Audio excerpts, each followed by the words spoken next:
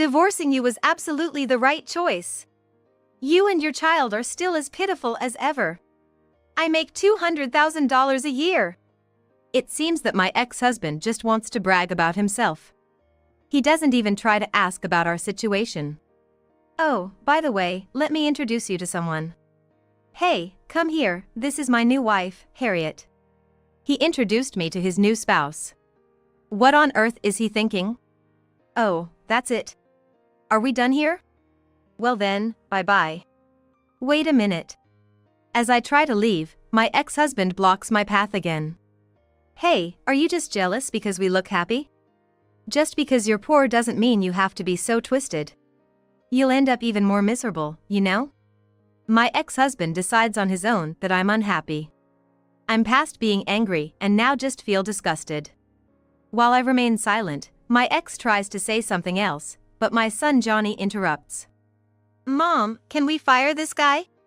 Huh? My name is Lisa, and I am now 42 years old. I married George, my coworker at the same company, when I was 26. I continued to work after we were married but quit when I became pregnant. Later, our son Johnny was born. Now that my son has turned 7 and started elementary school, parenting has settled down a bit. I thought it might be time to start working outside the home again, so I talked to my husband about it. He agreed right away, seemingly waiting for me to suggest it. Certainly, he probably thinks it would help our household budget if I started working, but he's been rushing me about it. Have you found something yet? Not yet. I'm looking carefully. Just find something. He seems to want me to work no matter what. And when I say I'm looking for a part-time job, he suggests, if you're gonna work, why not full-time? If it seems too much, it doesn't have to be 5 days a week. How about 3 days, 8 hours each? Johnny's not completely hands-off just because he's in elementary school.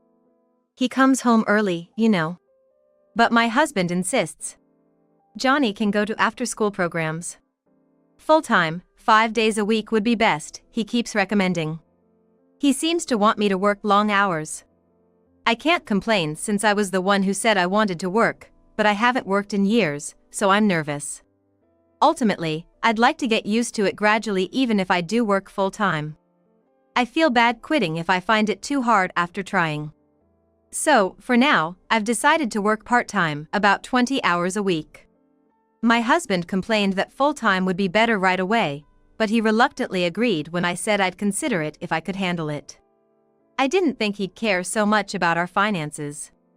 I honestly found him a bit nagging about my job search, but I was also pleased. Better a spouse who considers the finances than one who's unconcerned about it, especially for a long-term relationship. But I would later realize this perception was mistaken. A few months after I started my part-time job, a message came to my phone. Wondering who it was, I checked and saw a very familiar name. It was my former colleague. And also my husband's current colleague. I thought it had been a long time and casually read the message. Then I was so shocked by the content that I raised my voice. What? What does this mean? This must be a joke. Long time no see. I saw your husband the other day, looking very friendly with some woman. I thought he might be cheating, so I sent you this message. The message was informing me of my husband's affair. It even thoughtfully included pictures. I was deeply shaken. The person in the photograph was clearly my husband, and the woman he was arm in arm with was a stranger to me. Even if it was a woman I knew, being arm in arm like that would be totally wrong. As I was reeling from the shock of the photographs, another message was sent. This woman is actually the division manager's daughter. She's an employee at our company, so she of course knows your husband's married. They're so brazen, aren't they? I wonder if all young folks are like this now. It was obvious from my colleague's message that she was enjoying this gossip, but I replied with thanks and closed the messaging app. I never thought my husband would be cheating on me. But when I thought about it, many things started to make sense. Especially how he had been pushing me to work hard even when I wasn't settled with childcare.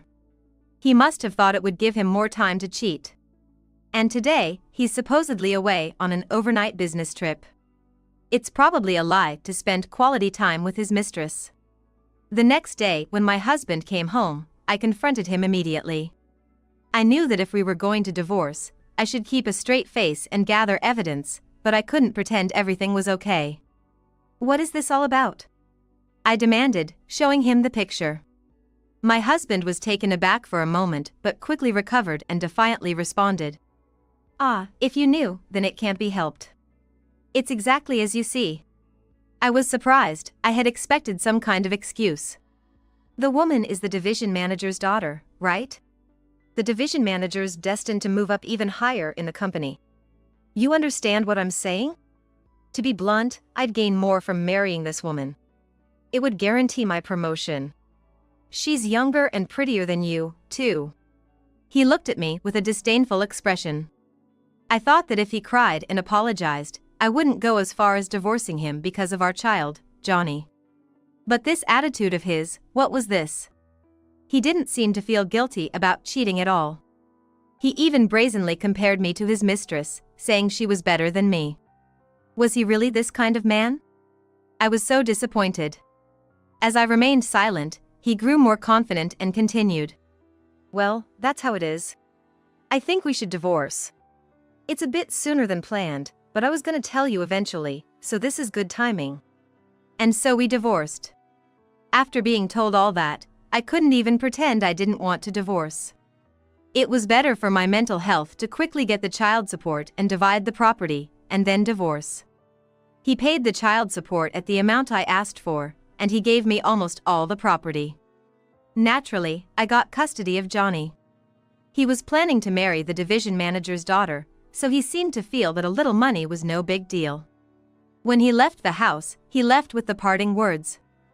"Do your best to scrape by. Raising a child on a single income won't lead to wealth. Unlike you, I'm joining the ranks of the rich. The division manager's family is wealthy, after all. We probably won't meet again, so struggle on at the bottom." Those were unbelievable words for a man who had a child of his own blood. I was relieved from the bottom of my heart to be rid of such a man. Although I felt relieved mentally, daily life was indeed hard. Even though I had received child support and property, I didn't have much savings, so I needed to work hard from now on. Working part-time alone just wasn't enough to get by. In the end, I had to quit my part-time job and started working full-time. I feel bad for Johnny, but after he finishes elementary school, I'm going to have him go to after-school programs on his own. Unexpectedly, I found myself working full-time, and everything became challenging all at once. When I come home from my unfamiliar job, I have to do all the housework by myself. My life has completely changed from before. Time flies by, as I'm too busy every day. Before I knew it, 7 years had passed since my divorce. But no matter how busy I am, humans can adapt. Now that Johnny is in middle school, he can mostly take care of himself. I think he's grown into a very responsible boy compared to other boys his age, perhaps because I'm always so busy. He even does the cooking and laundry for me. Thanks to that, I've been freed from housework and childcare, and for the past few years, I've had time for myself. Both my personal and working life is going very well. Now I can say it clearly. I'm certainly glad I broke up with that awful man. If I had continued to be married to him, I wouldn't have this life now. But one day, while my son and I were shopping at the local mall, I ran into that terrible guy. It was my ex-husband, George. I didn't notice him, but he started talking to me. "Hey, isn't that you, Lisa? Long time no see. You've really aged. Is that what you say to someone you haven't seen in a while?" A person with normal sensitivity would never say that to a woman. I could tell in an instant that he hadn't grown at all as a person. I got annoyed within a few seconds of meeting him and snapped back. "Huh? You're the one who's aged a lot. I didn't recognize you for a moment." Honestly, George really had aged a lot. I hadn't seen him for 7 years, but it felt like he'd aged twice as much.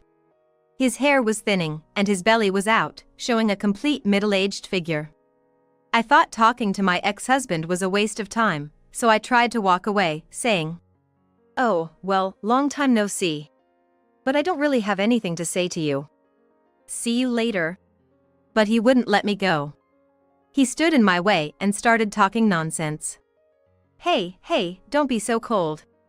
The family is all together again. Let's catch up for a bit. I didn't want to hear anything about his life. If there's one thing I'd like to complain about, it's that he stopped paying child support a few years after our divorce. Child support is not my right, but Johnny's right. The fact that he could talk so openly in front of Johnny, who was owed that money, made me irritated.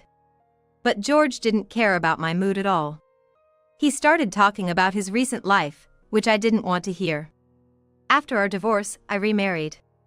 I married the daughter of the manager who was in that picture with me. Oh, he's not a manager anymore, he's an executive now. And I got promoted to manager. I'm definitely winning now. To be honest, I don't care how much George has been promoted, it has nothing to do with me, and I'm not envious.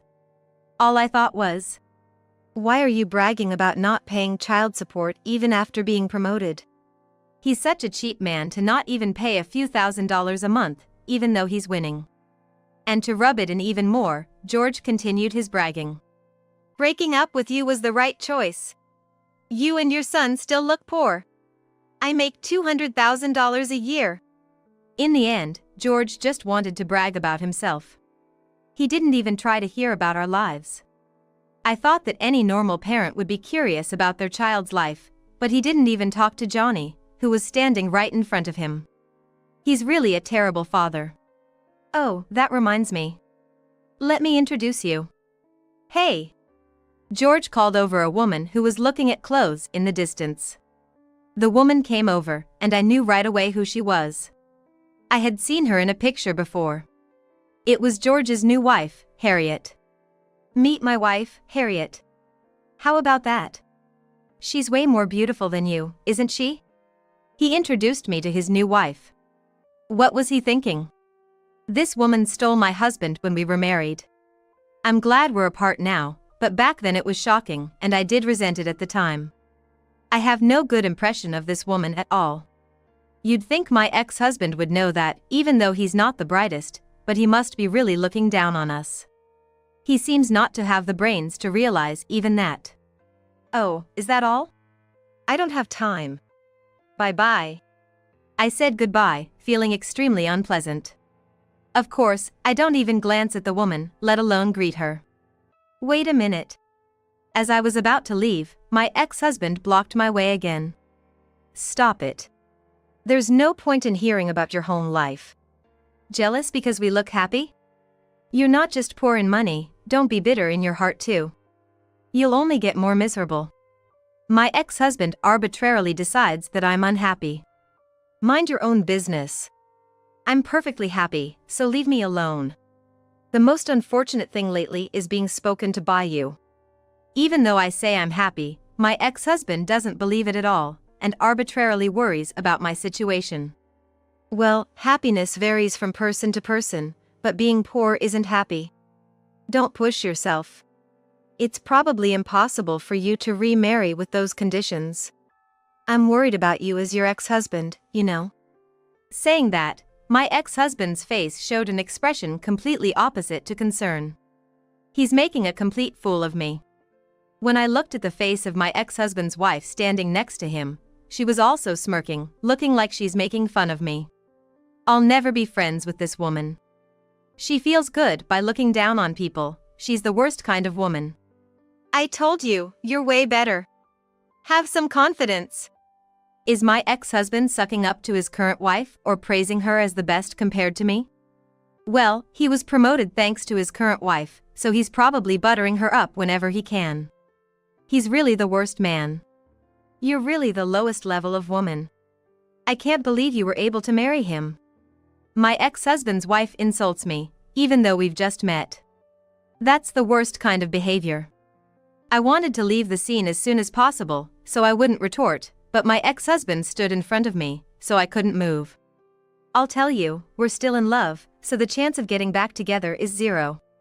Don't get your hopes up for something wrong. My ex-husband seems to be having some wild delusion. He thinks I'm still attached to him, even though it's been 7 years since our divorce due to his affair. His head is so full of fantasies that I can't say anything. When I was at a loss for words because of my ex-husband's ridiculous delusion, he seemed to think he was right. Hey, too shocked to say anything? Being a popular man is tough. What's popular about a middle-aged man's appearance? I'm past anger and starting to feel sick. When I was silent, my ex-husband tried to say something more, but Johnny interrupted him. Mom, can you fire this guy? Huh?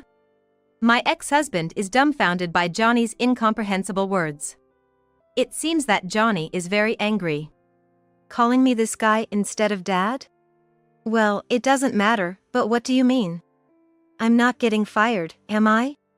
You're in middle school now, study properly. He talks down to Johnny too. It's unforgivable that he's making fun of my beloved son as well.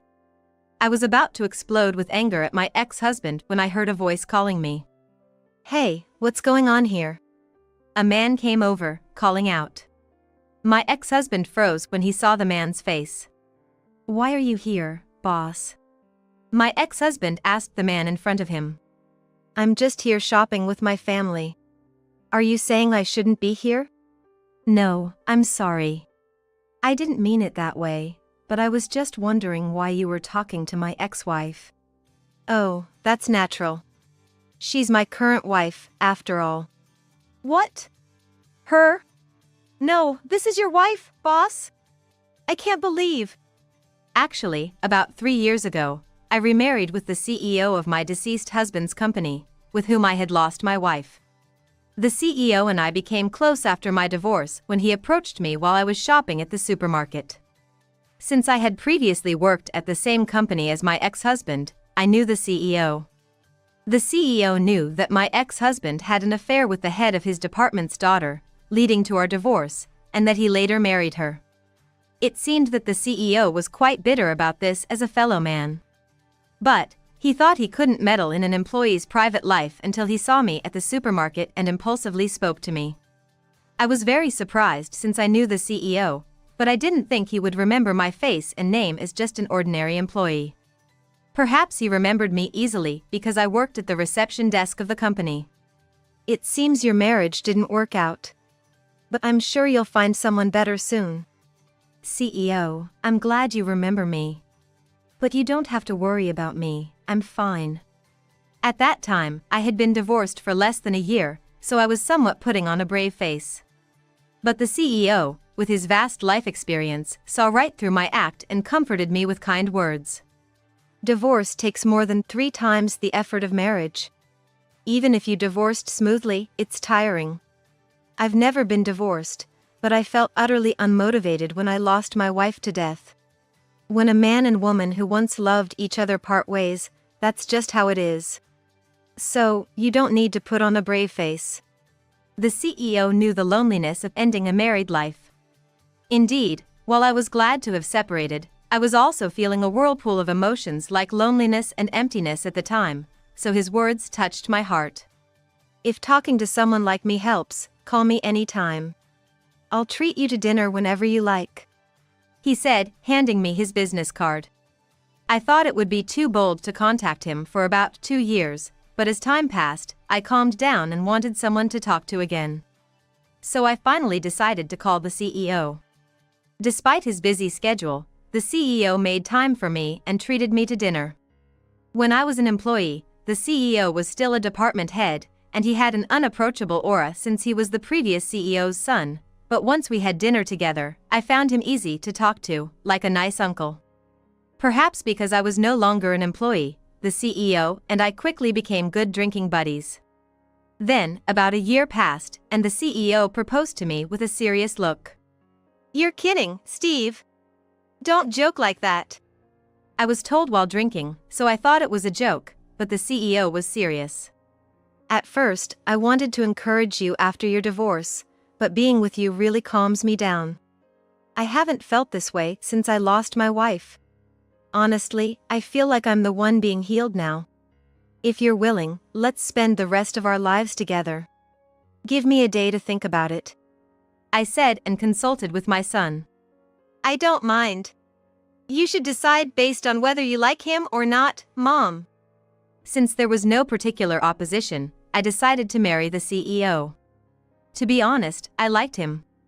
I thought he was just a drinking buddy, but I also felt truly healed when I was with him. We both felt comforted, so I thought there was no obstacle to living together.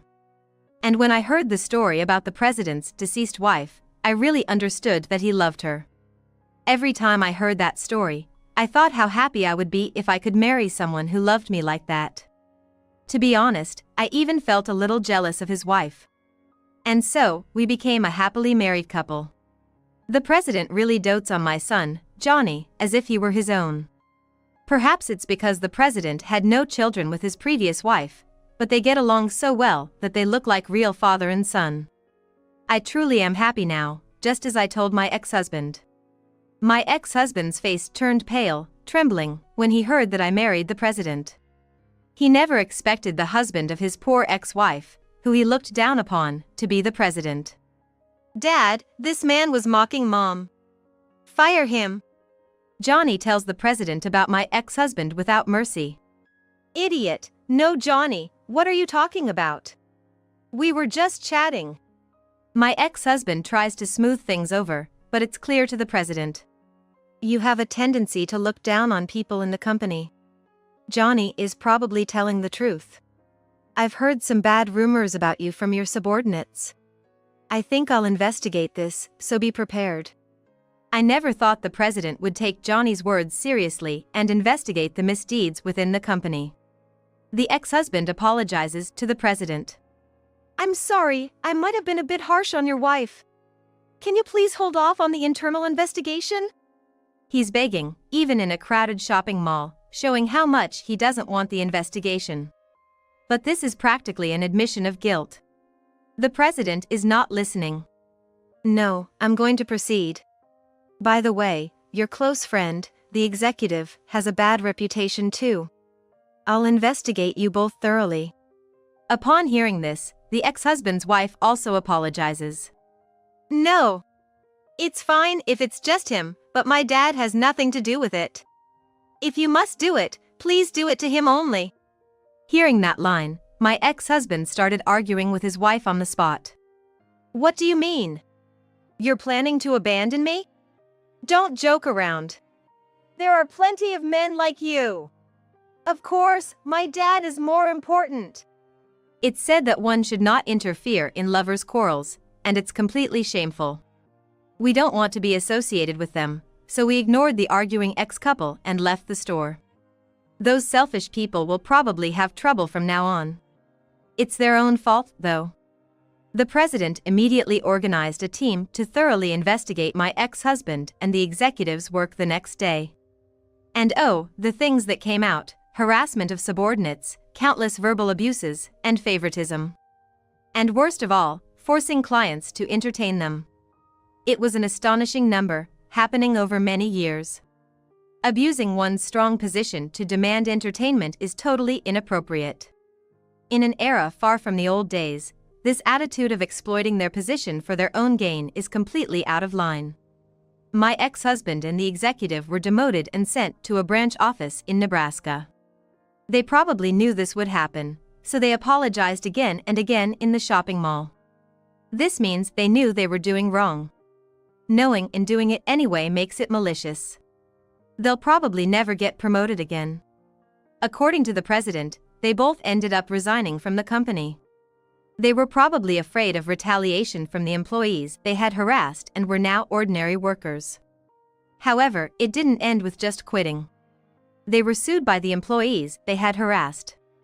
Since they were disliked by almost all the employees, there was a lot of evidence, and they completely lost in court. They were charged with enormous compensation and ended up in debt. The ex-husband's wife, whose family became poor, seems to have blamed her husband, and their marriage turned sour. They ended up divorcing soon after.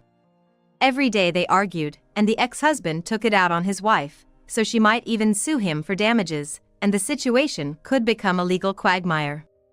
Seeing the downfall of my ex-husband makes me realize that it's best to live honestly and sincerely in this world. I was able to conceive a child with the president. I'm 42, so it's a late childbirth, but a healthy baby was born, so I'm relieved. Johnny seems very happy to become a big brother and takes good care of the baby, even feeding the baby milk every day. Steve is talking ahead of time, hoping that Johnny will grow up and help build the company. We're both getting older, so raising a child will be hard, but the fear flies away when I look at the baby's sleeping face. Thank you for being born.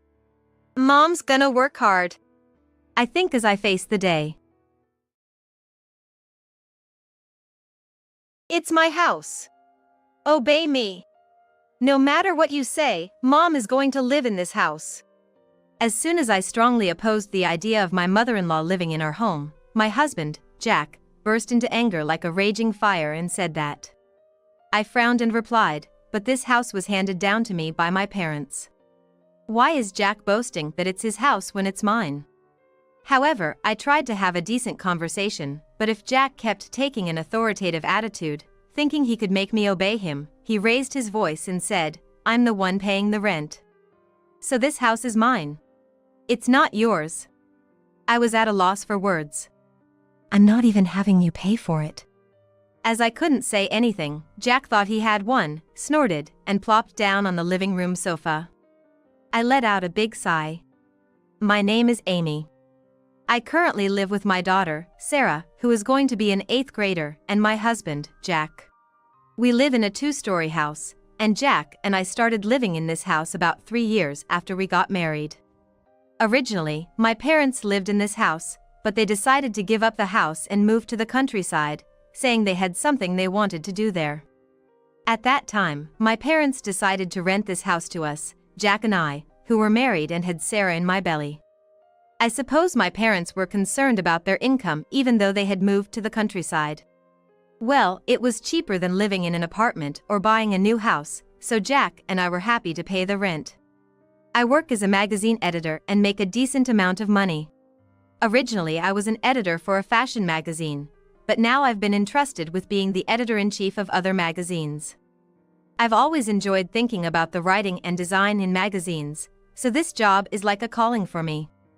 By the way, I met my husband, Jack, through work, during a meeting. He was a photographer.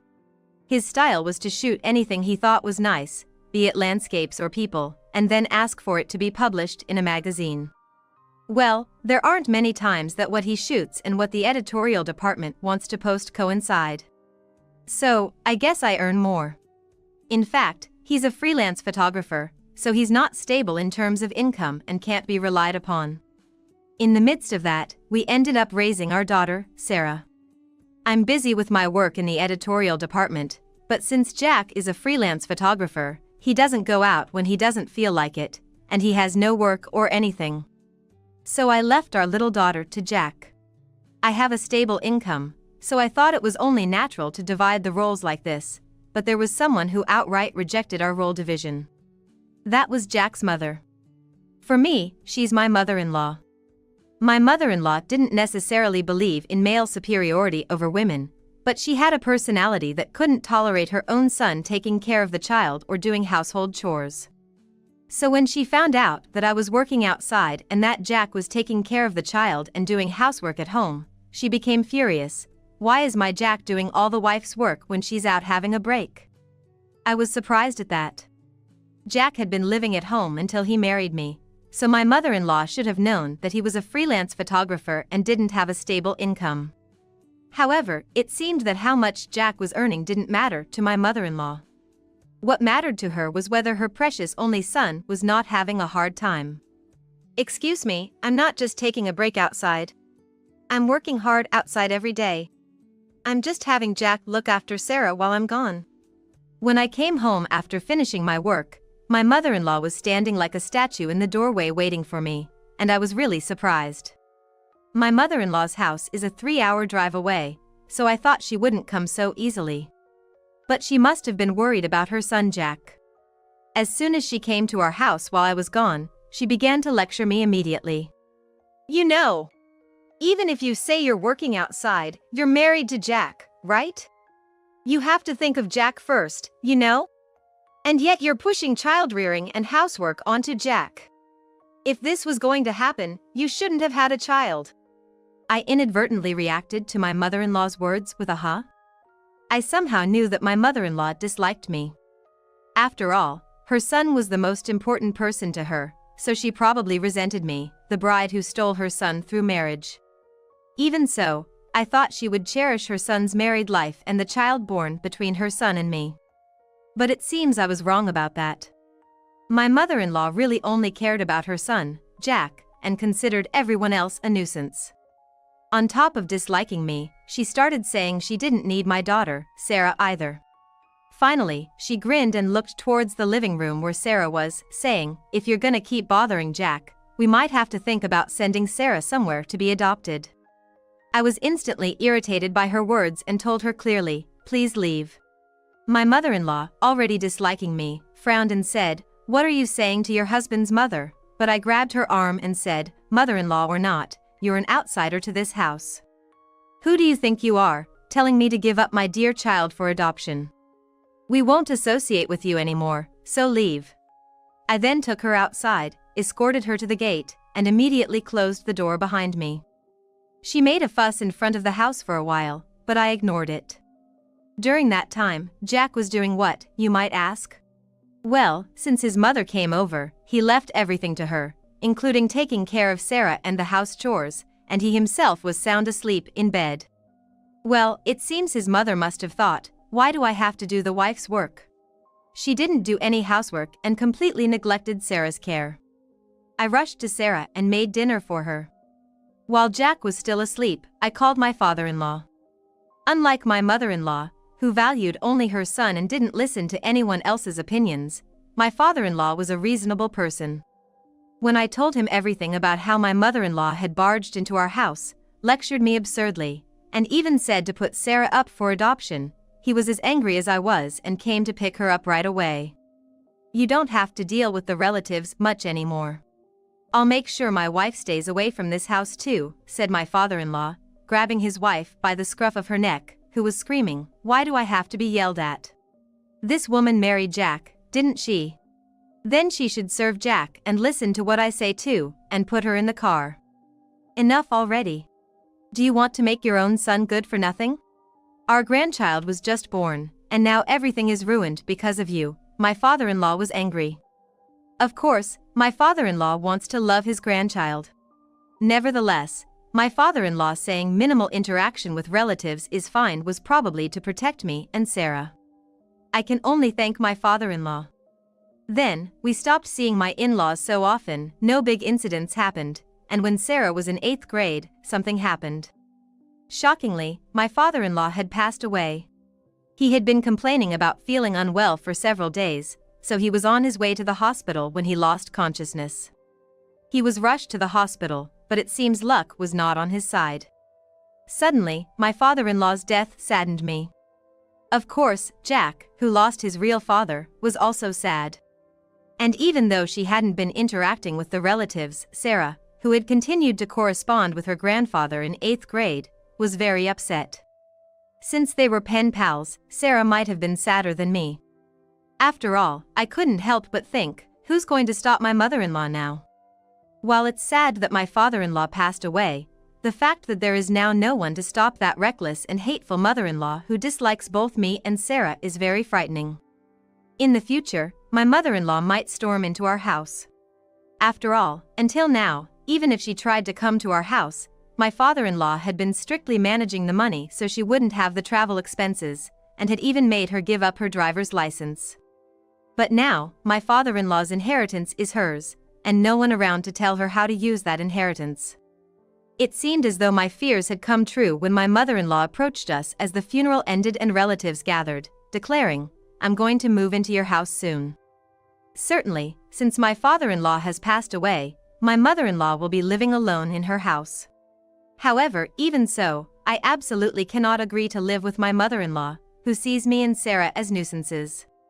Especially considering that Sarah is in a sensitive period of adolescence, being in 8th grade. "I'm sorry, but living together is impossible," I firmly refused, and my mother-in-law glared at me as if she were going to spit at me. Then, she put her hand on Jack's arm and said in a frail, elderly voice, "Jack, you really married a cold-hearted wife, didn't you? I want to talk to you alone." She then separated Jack from us.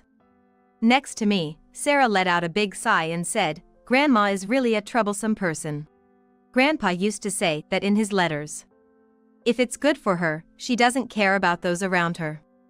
That's why there's been trouble for a long time."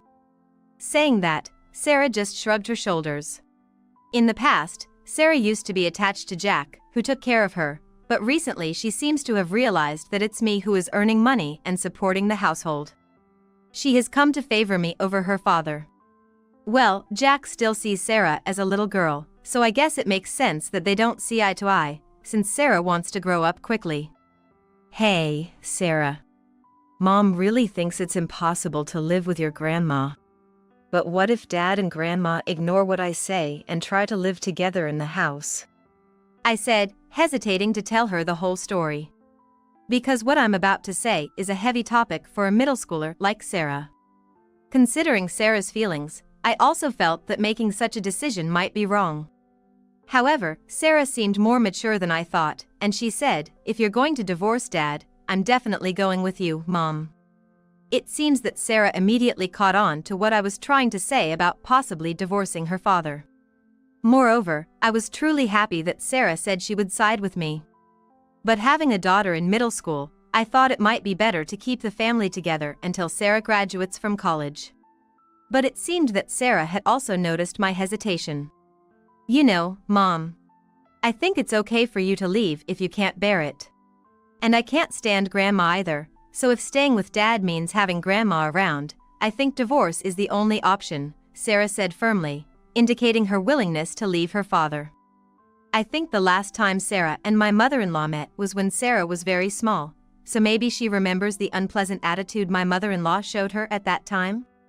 I found out for the first time that Sarah disliked my mother-in-law so much. While surprised, I thought to myself, that's right.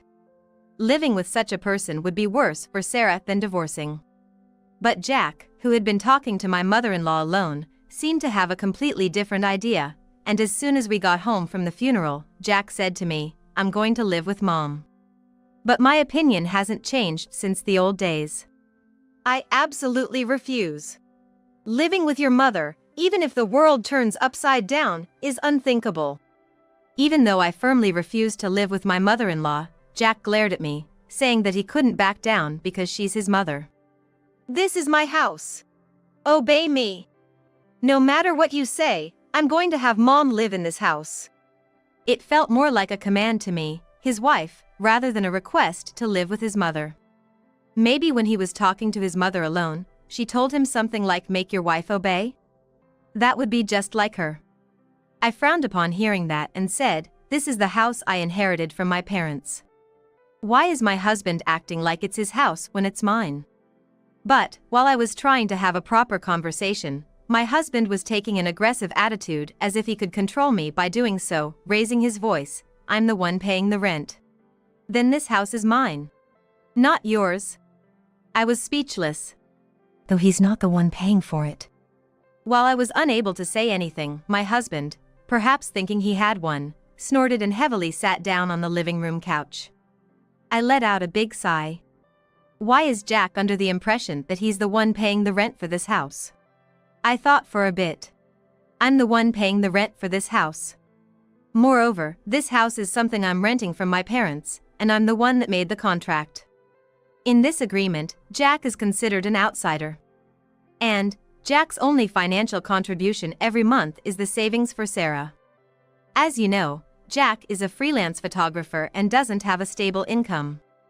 So, I thought it would be risky to leave him in charge of things that must absolutely be paid every month, such as groceries and electric bills, and instead had told him to put money into savings for Sarah, which didn't have to be paid every month but would be better if saved.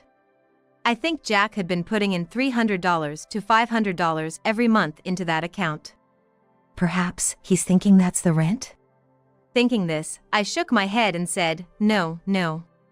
There's no way he could make such a misunderstanding, I thought, but no matter how much I thought about it, the only money Jack has been paying, aside from Sarah's birthday presents and other unexpected expenses, is about that.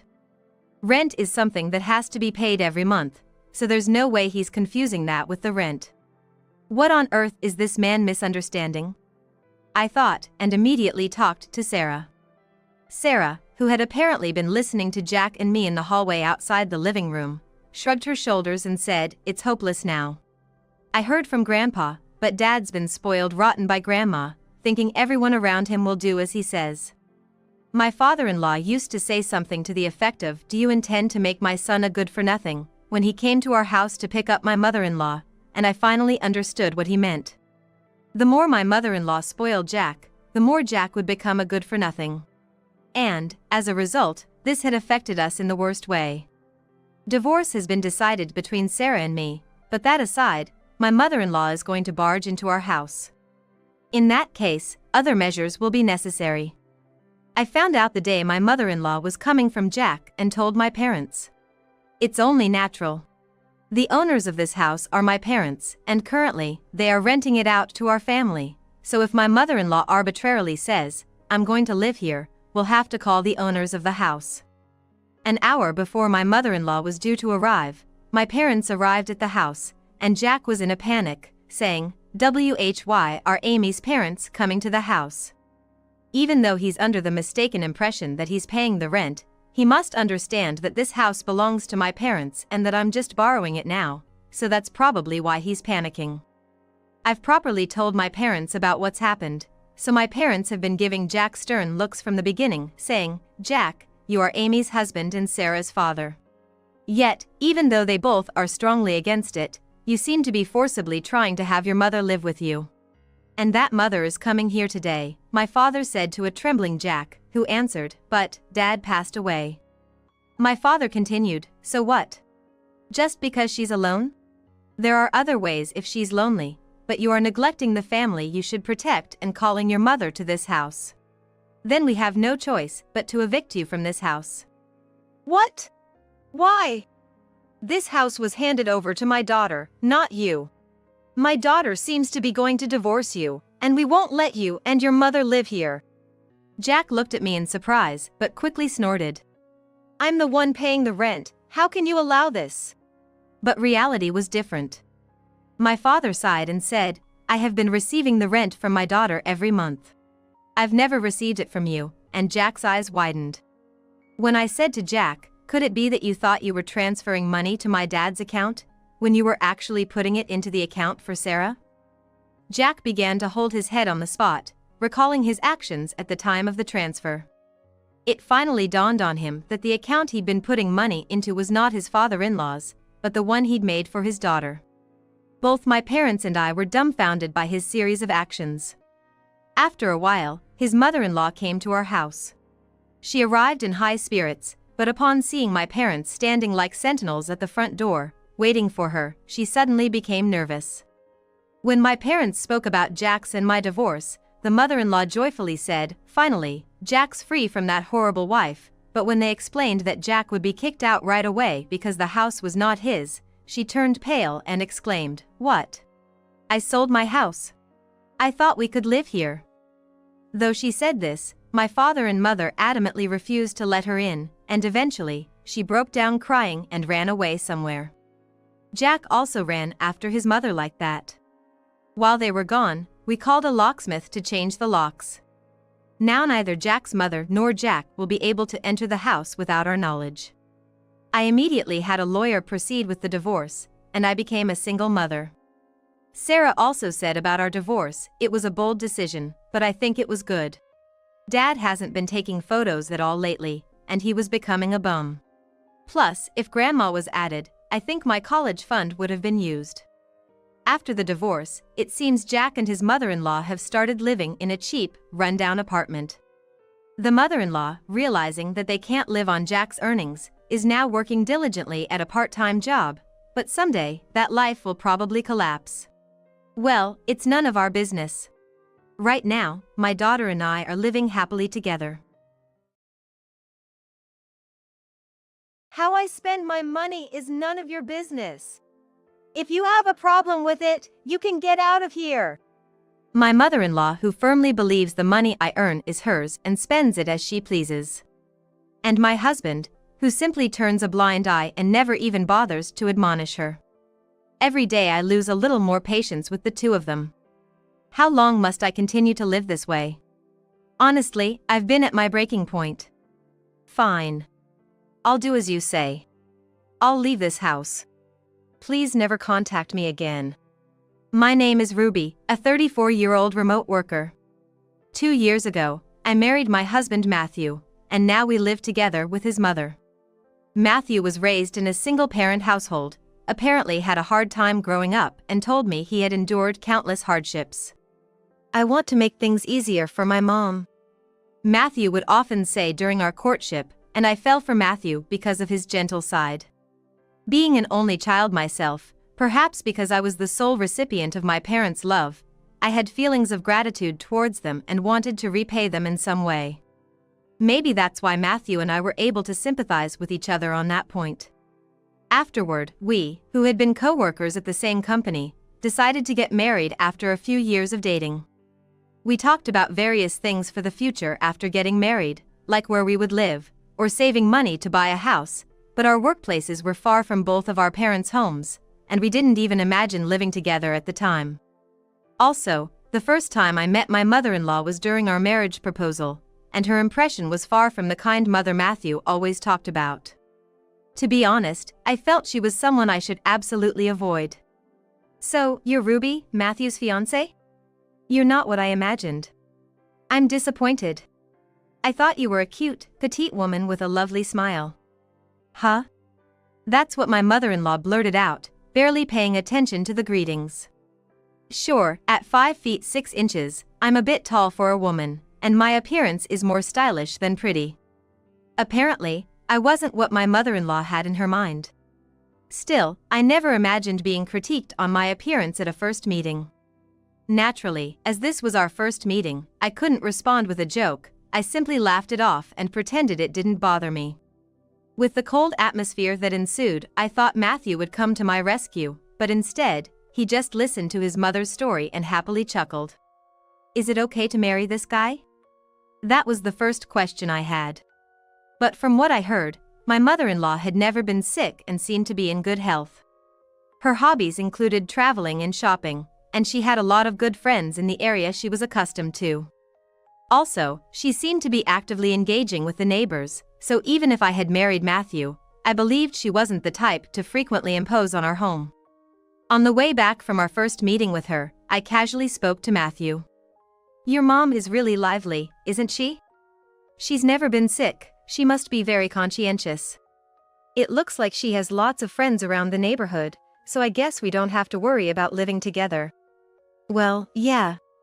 For now, she seems fine and I think she's okay. I have been thinking that at some point, I'll have to take care of her, but that's a future concern. Taking his words to heart, I stopped talking about my mother-in-law any further. To be honest, it was probably more of a relief. Regardless of what kind of person my mother-in-law might be, as long as my relationship with Matthew is good, there's no problem.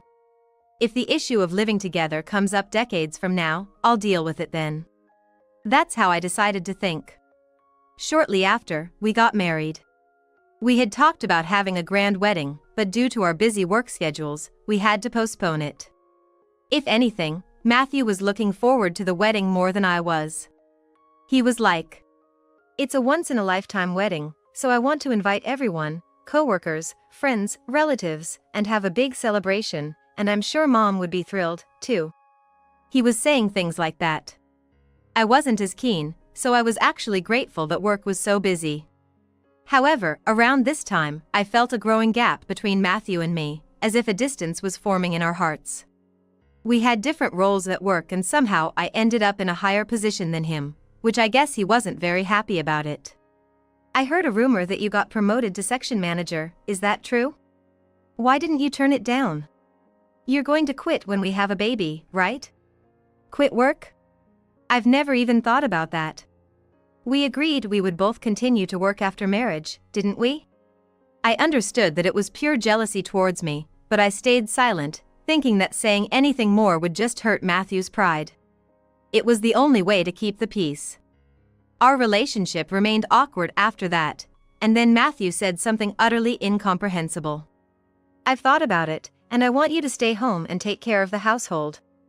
so quit your job and make things easier for me to work. Somehow, I had a hunch he might say something like that, and it was spot on. According to a good colleague, Matthew was apparently upset about my promotion and had been complaining quite a bit at work. He had been saying that I don't do any housework, that I laze around at home, that he does all the cleaning and laundry, even prepares all the meals. No, that's not true at all. Matthew has always left all the cleaning and laundry to me. He hasn't even pressed a button on the washing machine. While I thought this to myself, I couldn't tell anyone, and before I knew it, I was seen as a wife who had abandoned housework. Naturally, I wasn't happy about the bad rumors, so I confronted him directly. Can you stop spreading weird rumors about me? That I don't do any housework. That's absolutely not true. I'm the one doing everything, right? I even prepare your lunches every day. I raised my voice, which was unusual, and he seemed surprised at first, but then he immediately retaliated. See? You never try to support me. That's why you can't handle anything. It's impossible to balance work and household chores, so just quit your job. I was too shocked to retort. What's going on in his head? I had more to say, but I decided to hold it in that day. But even after that, Matthew kept insisting I should quit my job. If you say you won't quit your job, then we can divorce. I talked to Mom, and she said you should quit your job and take care of the household perfectly, too. Matthew, unsatisfied with just gossiping about me at work, had taken to blabbing to his mother about every little thing. It was ridiculous. Yet, despite it all, I stubbornly continued working. I couldn't bear the thought of our marital relationship falling apart. After a lot of thought, I finally decided to quit my job. However, in return, I made it clear that I wanted to work from home. He didn't object. Huh? Working from home? Isn't that what people do to earn chump change? Well, if you're satisfied with that, I'll allow it. But I've got some conditions too. My husband grinned ominously. I was on edge, wondering what he would say next. What do you mean, conditions? I'm quitting my job, isn't that enough? What more do you want from me? How did my husband, Matthew, become so obnoxious? I can't even pinpoint when his personality took such a terrible turn. He started to resemble his mother so much, it's become a hassle just to talk to him. Well, my mom is moving in with us next month. Her lease is up at the end of this month. So, she'll be living with us. Hope you don't mind. What? Is he serious? This can't be happening. However, everything seemed to have been planned out so meticulously that there was hardly any time for me to say wait a minute. The very next day, my mother-in-law called me. And she was like, Ruby, I guess you've heard the news. I'll be moving out of my place at the end of this month. It's all quite sudden, but I'm counting on your support. She sounded so pleased with herself. Matthew, too, seemed thrilled as he overheard our conversation. In essence, his plan was to have me quit my job and take care of the two of them. I saw through his scheme right away. His mother said she would move in at the end of the month, but sure enough, she vacated her apartment within a week and moved into our house. She didn't lift a finger to help with the housework and instead complained constantly. She was like, You should clean the rooms thoroughly. And your cooking is tasteless. Who taught you to cook? I'd like to meet your parents. My living hell began the day she moved in, and 2 years later, it's still ongoing. Before I knew it, my relationship with Matthew had completely chilled. I was treated as nothing more than a housemaid, taking care of the two of them. What I realized after living with her is that she is a big spender. She has a weak spot for designer brands, and she buys something new every time a new collection is released. She has more shoes, clothes, wallets, and bags than I can count. I tried talking to Matthew about it, but he brushed me off and he was like, Mom's always been into fashion. Well, as long as she's happy, what's the harm? By this time, neither Matthew nor my mother-in-law were contributing a cent to our household expenses. Matthew was using the money he earned for himself and my mother-in-law. As soon as she received pension, she would go shopping. I was fed up with the monotony of everyday life, even questioning what I was doing living here. Amidst all of this, my mother-in-law and Matthew proposed something outrageous. "Hey, Mom and I are thinking about going on a trip for a week starting next month. A vacation in Cancun, pretty cool, right? We'll even get you a souvenir." What? I was taken aback by the sudden announcement. Turns out, that day was my birthday. How come forgetting my birthday and going on a vacation to Cancun? That's unthinkable. You're kidding, right? You do realize what day it is, don't you? When I said this, my mother-in-law walked over and was like, "Of course we do. You even marked it on the calendar, right? Your birthday, isn't it? But, such things don't really matter anymore." They laughed and smirked as they looked at me. Annoyed by their attitude, before I knew it, I was blurting out my frustrations. "Enough is enough! A vacation when you don't even pay for the living expenses? I've been paying for everything these past 2 years. After all, you made me quit my job, isn't that strange?" My face was bright red with anger, and I felt I could barely control myself. But they didn't care. My mother-in-law was like, "How I spend my money is none of your business. If you have a problem with it, you can get out of here. There's no proof you've been earning money in the first place." That was her response. Even though they were living off the money they took from me and spending it as they pleased, they dared to say such things. And my husband, who ignored my mother-in-law's words and didn't even bother to intervene, was like, "You were the one being supported, weren't you? You might have had to use some of your savings recently, but don't get all high and mighty." I was fed up with these two people in front of me. How long do I have to live like this? Honestly, I'm at my wit's end. "Fine. I'll do as you say. I'll leave this house. Please never contact me again.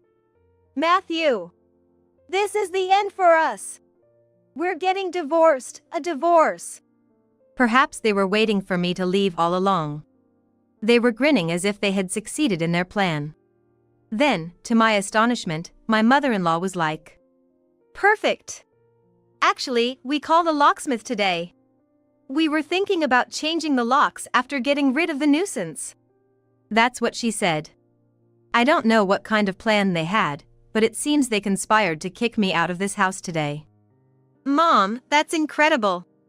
I didn't expect Ruby to decide to leave at this moment. She's unexpectedly tenacious. I thought we'd have a tougher time, but it's all good, isn't it? These two clueless individuals were seemingly expecting to live comfortably in this house once they kicked me out. As if it would go so smoothly. "In less than an hour, the movers will arrive, so can you pack your stuff quickly? I'll dispose of the larger items as bulky waste, so please only take what you need." "Oh, sure. Okay. I don't mind you changing the locks. But, you both might want to get ready in various ways, too." I told them something ominous.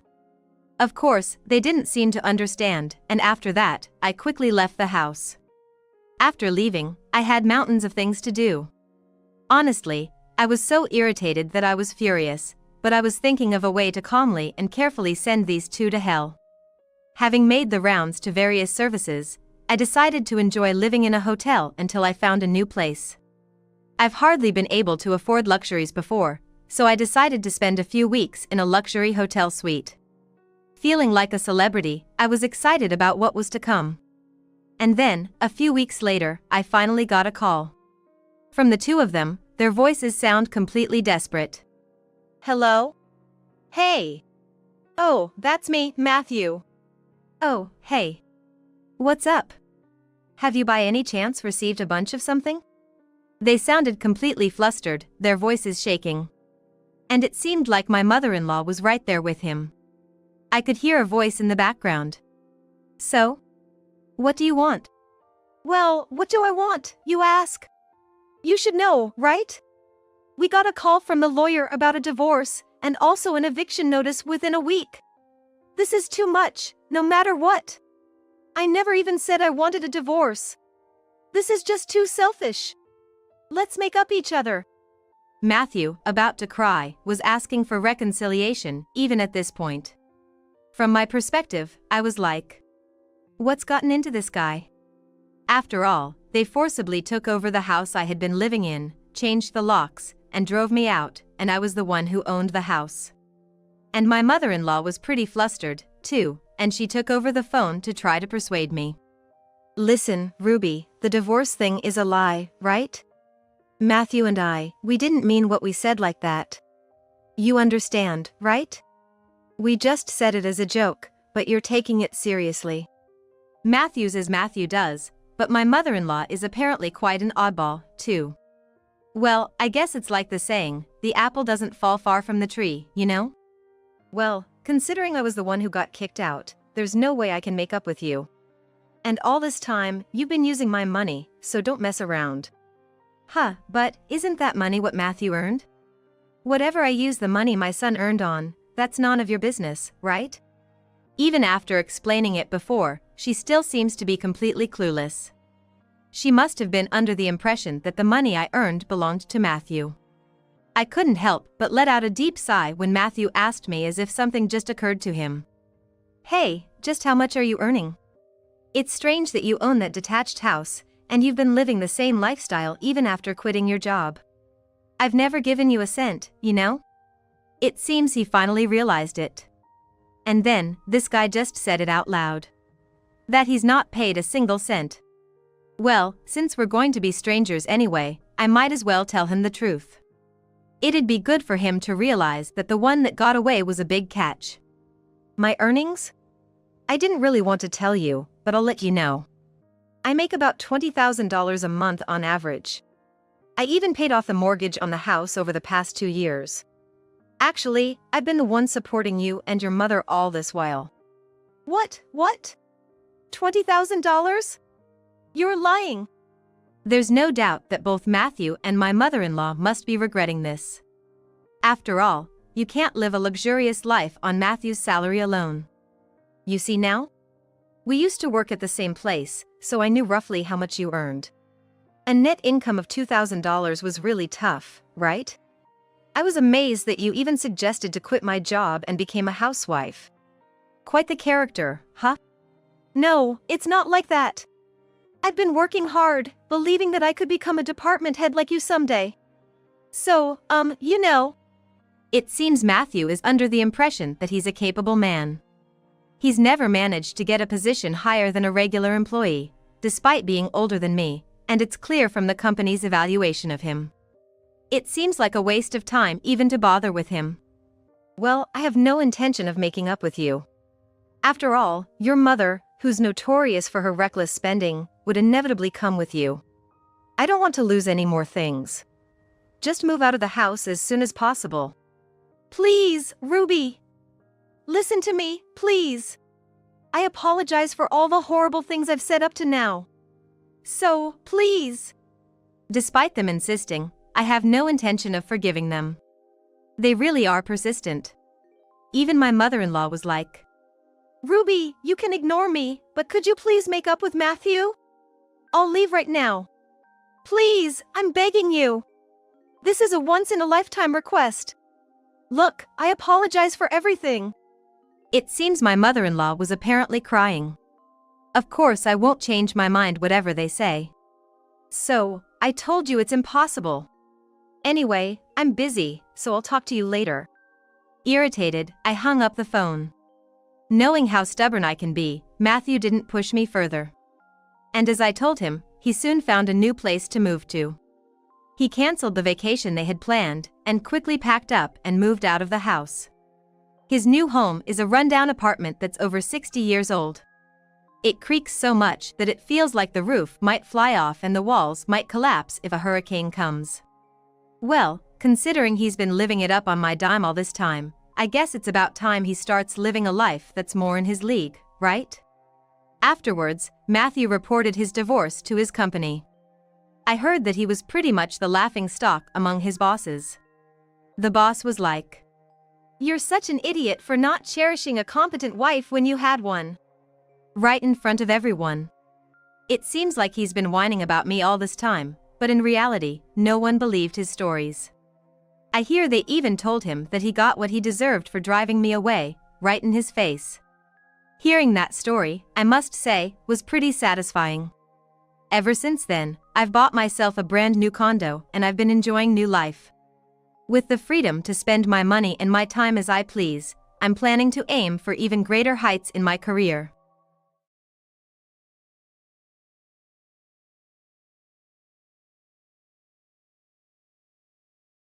Hey, Susan, I went ahead and bought an overseas luxury condo. After my father's funeral, my sister bragged about her surprise purchase. An overseas luxury condo. And I still have more than $100 million left. What to do? An overseas luxury condo? You bought it? I can't help but laugh. My sister's boasting made me and the relatives burst into laughter. What? What's so funny? My sister would not understand the reason for the laughter until several months later. I'm Susan, a 45-year-old housewife. I also work part-time. I have a husband and a high school-aged daughter. My mother passed away in an accident when I was young, and my father raised my sister and me. My father was diagnosed with an illness 2 years ago, had successful surgery, but relapsed and has been in the hospital for the past 3 months. I'm here to visit my father today. Thank you always. Sorry to always bother you, Susan. What are you talking about? Once you feel better, we'll go to your favorite French restaurant, okay? Bob's gonna take us. I mentioned my husband's name. Yeah, that sounds good. Give Bob my regards. Also, I brought this from Lily. Saying that, I spread out a drawing my daughter, who's in the art club, had made. I'm biased, but my daughter's good at drawing. My father used to draw and collect paintings, and he's very close to his granddaughter. The drawing, made for Grandpa, had a bright rainbow in the background that made you feel energized just by looking at it. Thank you. Lily has improved again. With a faint voice, he spoke and fell asleep shortly after. Seeing my increasingly frail father, I held back tears. I've been told by the doctors that surgery is no longer an option this time. But there's still hope if the medication works. I want him to live, even just a little healthier, even just a bit longer. I must not lose hope myself. Then, the hospital room door opened abruptly. Hi, Susan, long time no see. How's Dad? My sister appeared with an energy that seemed out of place in a hospital. Kitty. You've hardly shown your face lately. What have you been up to? What? I came, didn't I? Anyway, I've got something to talk about Dad's inheritance. What? You know the land worth $200 million that I mentioned before? Can I have it? I'll give you our father's savings or something. Hold on, before even talking about who gets what, do we need to discuss this now? Why not? It's important. Dad's still alive, and I want him to get better, if even just a little. Shouldn't we be more concerned about him? Even if you say that, what's incurable is incurable, right? Kitty. I glared at my younger sister without thinking. Usually, she doesn't care for our father at all, never visiting him in the hospital, and the first thing she talks about after not seeing him for so long is his inheritance. Doesn't she have any feelings for our father? I'm at my wit's end, but given that we're in a hospital, I swallowed my anger. My sister Kitty, who is 5 years younger than me, is single. While I've always been plain and enjoyed reading, in contrast, my sister liked fashionable and flashy things. She used to party all the time at trendy clubs and was popular with men, but she never had a long-lasting relationship with anyone, giving the impression of always moving on. Though she's 40 now, and I think she should settle down a bit, to each their own in life. Marriage doesn't necessarily mean happiness, and as long as she doesn't bother anyone, she can live freely. Although Kitty and I have different personalities, we're the only sisters, and we've never been particularly close, but we weren't on bad terms either. Until now. But since our father fell ill, Kitty changed. Or rather, her true nature has come out. It was 2 years ago when the disease was first discovered. The surgery had a 50-50 chance of success, and our father called my sister and me. My father's sister, Aunt Lucy, was also present. I want to talk about my inheritance in case something happens to me during this surgery. You see, I inherited some land and mountains in Nebraska. Back in the day, it was said to be worth $200 million. What? Kitty shouted out loud. I was also surprised. I knew that Dad was from Nebraska, but this was the first time I'd heard this story. Dad! So? Will Susan or I get that land? That's right, but the $200 million was a long time ago. It's a lot of trouble to manage. If you girls are fine with it, I'd like to ask Lucy first. After our mother's death, she took care of us a lot until we grew up. If it wasn't for Aunt Lucy, we would have felt lonelier, as our father was often busy with work. She's like a second mother to us, and we're as grateful to her as we are to our father. What? You're gonna give it to Aunt Lucy? That's impossible. That's not it. Kitty, let me finish talking. Dad, don't overdo it. That's right. There's no need to rush the conversation. Our aunt said that, turning to face us. Kitty, Susan, too. What my brother means isn't that he wants to give me the land. I received land from my parents just like him, and your father's inheritance is, of course, yours, my dear nieces. Oh, thank goodness. That's right, Aunt Lucy would never take our inheritance. Hey, Kitty. That was rude. But it's $200 million, Susan. You must be happy too. Sure, I was surprised. But you know, rural mountains are not like regular land, and they can't be sold easily, and they're hard to manage. Rather than accepting it directly, I should talk to a real estate agent first, and... Oh, enough, Aunt Lucy, just stay out of it. My sister quickly interrupted my aunt. We don't need your help with the inheritance. Susan and I will talk about it ourselves. If other people get involved, it'll just complicate things, right? But there might be things we don't understand on our own, so it might be safer with Aunt Lucy's help. Ugh, Susan, you've always relied too much on Aunt Lucy. Even though she'd been helped a lot herself. Hearing about the large inheritance had clearly excited my sister. The word $200 million seemed to be the only thing in her head. Well, both of you must be troubled to hear about this all of a sudden. Anyway, if the surgery is successful, there's no need to talk about the inheritance right now, right, Bob? That's right, Dad. I believe the surgery's gonna be successful. Let's hang in there. Yeah, thank you. In fact, the surgery was successful at that time, and I was genuinely happy, but I was shocked to see my sister clearly disappointed.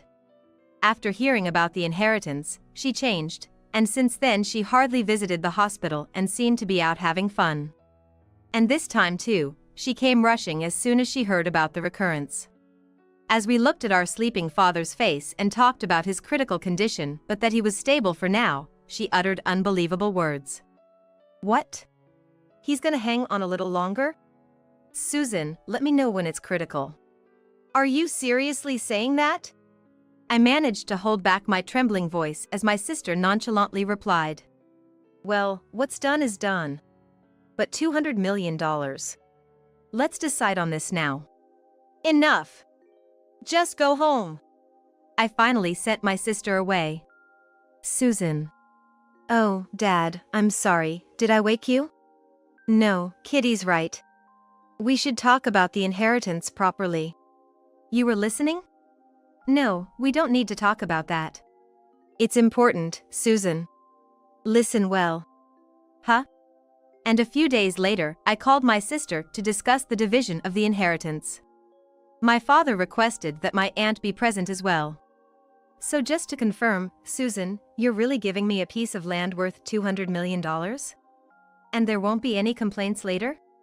It's our father's wish that we don't quarrel over the inheritance, I responded. My sister nodded contentedly. That's a relief. Dad must really love me, after all. Kitty, dear, there'll be no changing your mind later, wanting cash instead. Your share is in the form of land, all right? Of course. I won't ask to change the inheritance later. What I'm getting is $200 million. My father spoke up. I'll have the lawyer handle it properly and leave a will. Both of you are okay with this? Yes, get it done quickly. Thanks, Dad. Yay, I've got to call him. Kitty exclaimed. I felt a sadness beyond anger that my sister could say I've got to at such a time. I didn't need an inheritance if my father could recover. I wanted him to live longer. Didn't my sister feel the same way? As if sensing my emotions, Aunt Lucy placed her hand on my shoulder. I met her eyes and slowly nodded. After the distribution of the inheritance was finalized, Kitty seemed to be leading an increasingly luxurious life, relying on the $200 million. Even when I reached out about whether she wanted an explanation of the land or if Aunt Lucy should introduce a real estate agent, she just read the messages and ignored them. She just kept sending photos of the designer brands she'd been buying up, or of herself in expensive-looking restaurants and sushi places. I don't care what happens to such a heartless person anymore. I decided to spend time with my father every day, going to the hospital. My husband and daughter helped with the housework and came to see my father, as did relatives and his friends. Several weeks passed in this peaceful manner, but despite my wishes, my father departed for heaven. Susan, thank you, truly. I couldn't forget the face of my father, who smiled and said that at the end, and my tears wouldn't stop. My husband, daughter, and my aunt rushed over, and we shared our grief. I contacted Kitty first, but she was slow to appear, leaving me to arrange the viewing and funeral. She finally showed up after the viewing had ended. Sorry, Susan, I'm late. What have you been doing? And what's with that outfit? I was speechless. Although she was wearing black funeral attire, her makeup was heavy, her nails were colorful. Her brightly colored hair was untied. But I was on vacation with him. I even rushed back for this. When her father was in the hospital and his condition wasn't very good. Would she really go on vacation at such a time? I just can't understand her mindset anymore. Anyway, please pay your respects to Dad, and say hello to all the relatives. You better take off those nails, I scolded. Yeah. Stop nagging. The next day, after the Mass, while everyone was waiting for the burial and reminiscing about my father, Kitty boasted. Hey, Susan, I bought a penthouse abroad. What? A penthouse abroad. And I still have over $100 million left. What should I do? Should I buy a condo in the States? Or go on a cruise? I've pretty much bought all the brand items I wanted. You bought a penthouse abroad? Really? You already bought it? Heh, you're jealous, right? He and I are going to live there together. Kitty, $200 million, $200 million, you mean? Oh, no, don't even think about splitting it in half. We decided on the inheritance distribution beforehand, and Aunt Lucy is a witness, you know? I can't help but laugh. My sister kept talking proudly, and I, along with Aunt Lucy and all the relatives, couldn't help but burst into laughter. What's so funny? You know what, right? You mean the $200 million from that mountain? Kitty, are you okay? No, this is insane. What? What's going on? Sorry. Kitty, were you trying to cheer us up since we were feeling down? What?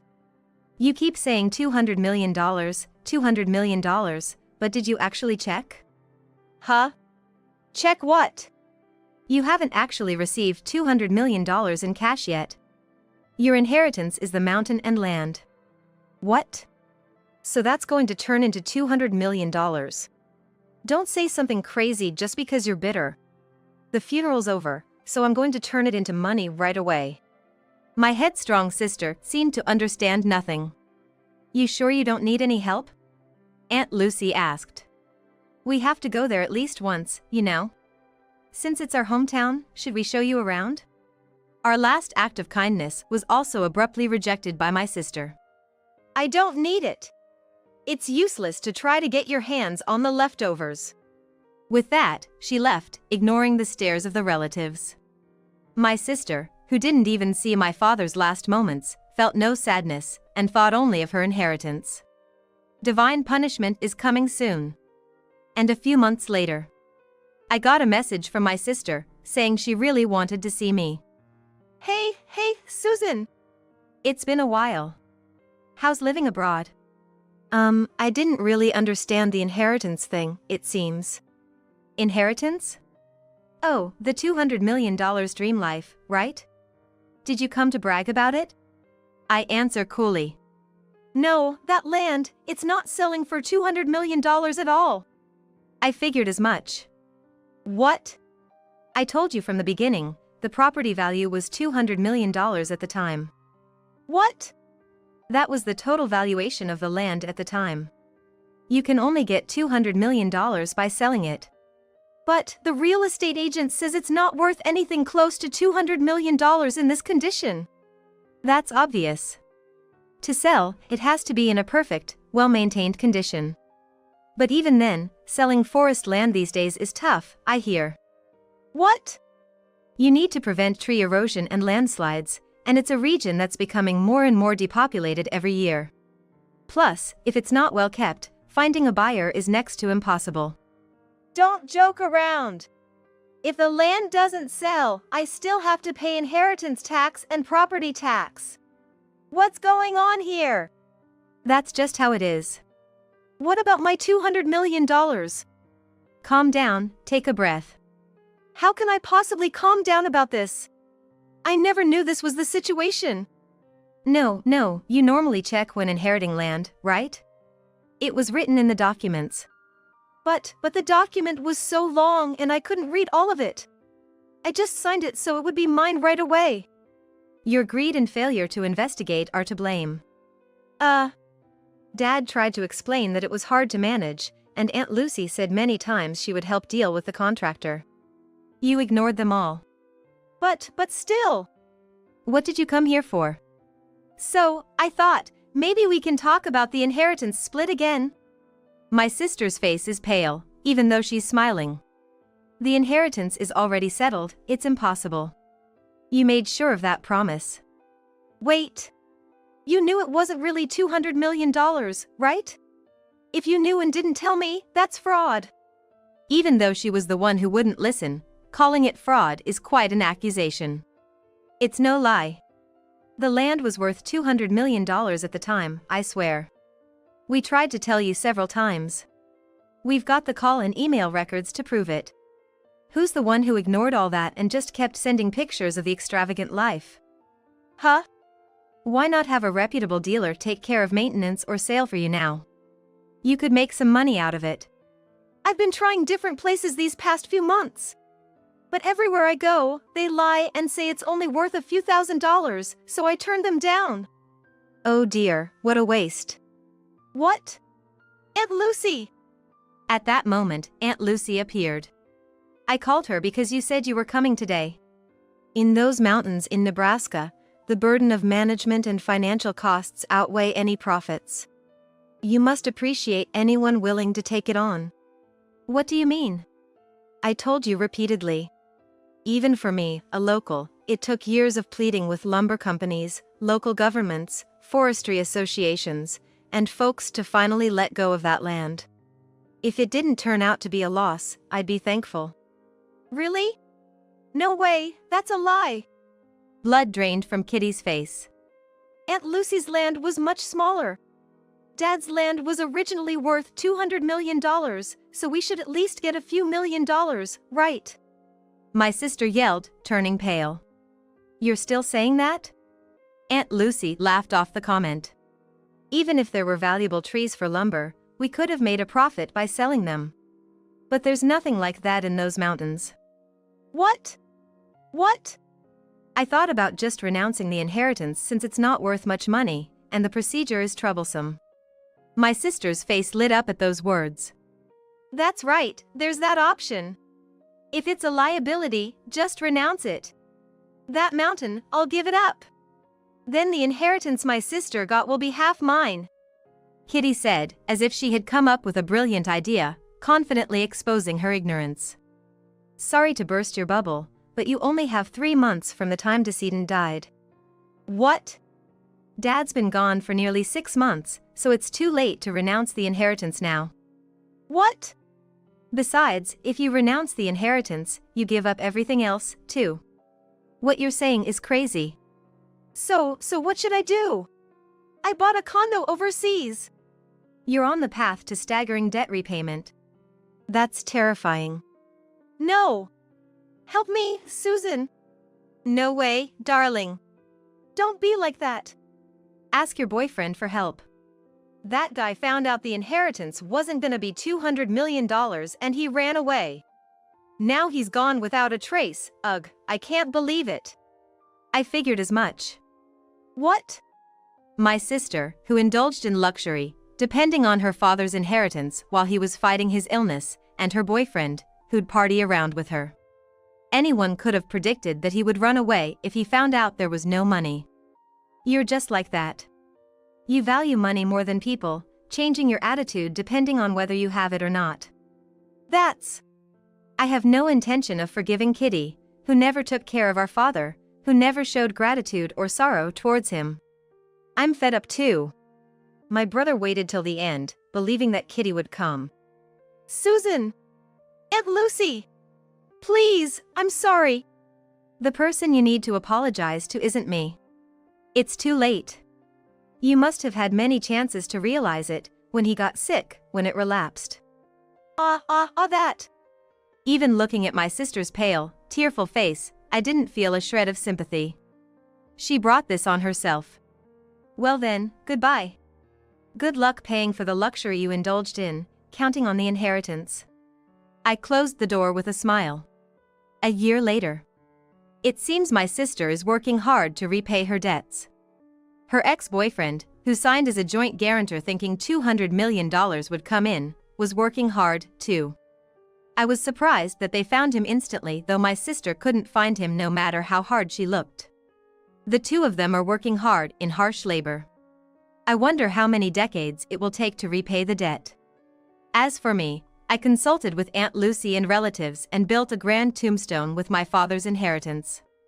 It seems my sister was mistaken, but there wasn't much left in my father's savings in the first place. There were property management fees, and he said to pay all the funeral expenses from his savings, so there's not much money left. That doesn't bother me at all, but my father had an unexpected gift for his granddaughter. A painting owned by my father had passed to my daughter. Grandpa said it's a birthday present. Your grandfather told me to tell Susan after things had settled down. I was surprised when my daughter and husband told me. My daughter whispered, "You know, one of them is supposed to be really valuable. Grandpa said if something troubles me in the future, I could get it appraised or sell it." Really? I have no idea. You're not into art, Mom. But I don't want to sell it. I'm gonna treasure it forever, along with my memories with Grandpa. My daughter's smile beamed. I looked up at the blue sky, thinking my father would be pleased too. I married John, a single father. One day, his daughter Jessica brought home her fiancé. I've been to friends' weddings several times, but the idea of attending as a mother feels like a dream come true. Lost in thought, Jessica burst out laughing. What are you thinking? Huh? You're not my real mom, just an outsider. So, you're not invited to the wedding. Jessica wore a spiteful smirk. Pretty audacious, huh? You're just the maid and the ATM. My real mom is the only mom for me. My joy quickly faded. So, you're inviting your real mom, huh? Of course, she's family. So, please, don't show that ugly face of yours. It'd be embarrassing. Got it? Memories of all the harsh words I'd received from Jessica over the years came flooding back. For over a decade, I tried to close the distance between us, often crying behind the scenes, and raising her with all my heart. Yet, this is how she repays me. Fine. If that's how you feel, I won't hold back. Be prepared on the wedding day. My name is Barbara, a 55-year-old housewife. I've been working as an employee at the company I joined right out of college, handling overtime and even business trips. However, being so engrossed in my job, I struggled to maintain relationships. Some found it odd, thinking I prioritized work over romance, and others held the outdated belief that a woman should settle down and focus on family, causing me to miss out on marrying. That's when John, from a regional branch which could be likened to a place in Nebraska, came into the picture. John, having divorced 3 years earlier, was raising his young daughter Jessica as a single father.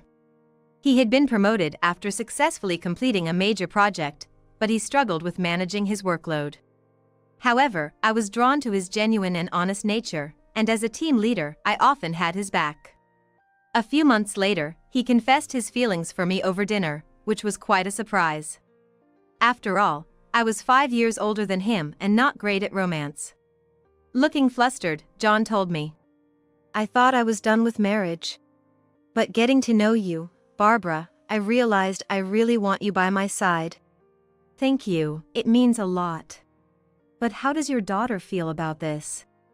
Jessica gave me the green light. She told me not to hesitate and that it's okay to bring a new mom into our lives.